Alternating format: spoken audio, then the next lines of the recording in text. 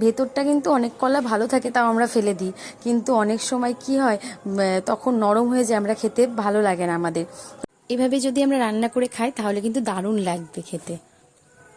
কলাটা এইভাবে মিহি করে নেওয়ার পরে তারপর সামান্য পরিমাণ লবণ আর চিনি দিয়ে মানে কলাটাকে মেখে ঢেকে রাখতে হবে 5 মিনিট ধরে। তাহলে কি হবে, চিনিটা থেকে জল ছাড়ে, তো জলে অনেকটা জল বেরোবে, তো সেই কারণে চিনিটাও তো গলবে। তো তারপরে ময়দা দিয়ে দেবা, 1 কাপ মতো আমি দিয়ে দিচ্ছি।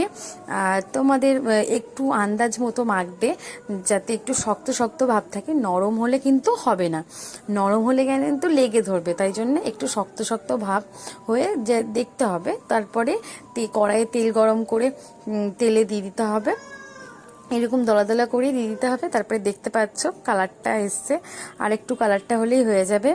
তারপরে এই যে সুস্বাদু বড়া দেখতেই পাচ্ছ, অসাধারণ খেতে লাগে, অসাধারণ। তো আমার ভিডিওটা